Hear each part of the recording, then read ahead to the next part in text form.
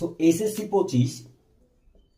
25 তোমাদের এই কয়টি অধ্যায় পড়লেই তোমরা আশা করতেছি আমি যে এখানে চ্যাপ্টার 17 মানে অধ্যায় 17, 10 এবং 9 এবং 16 এই কয়টা অধ্যায় যদি তোমরা পড়ো তোমরা মার্ক কমসে কম পারতেছো কত 30 থেকে 25 মার্ক থাকবে, ঠিক আছে।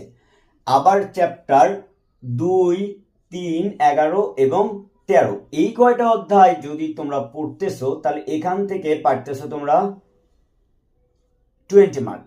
হ্যাঁ, আবার চ্যাপ্টার 7, 8 এই কয়টা অধ্যায় থেকে তোমরা পাইতেছো 15 মার্ক। তো 15 অথবা 10 এইভাবে অ্যাভারেজ যদি আমি হিসাব করি দেখা যাচ্ছে যে 65 এর 70 মার্ক তোমরা এই কটা অধ্যায় থেকে কমন পাচ্ছ। সো আমরা এখন যেটা বুঝতে পারি না সেটা এই অধ্যায়গুলার কোনগুলা ম্যাথ ইম্পর্টেন্ট, কোনগুলা সৃজনশীল ইম্পর্টেন্ট আমরা বুঝি না।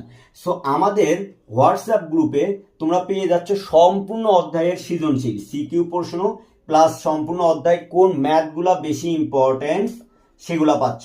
তো আমাদের হোয়াটসঅ্যাপ গ্রুপে ভর্তি হতে আমাদের স্ক্রিনে দেওয়া নাম্বারে যোগাযোগ করো।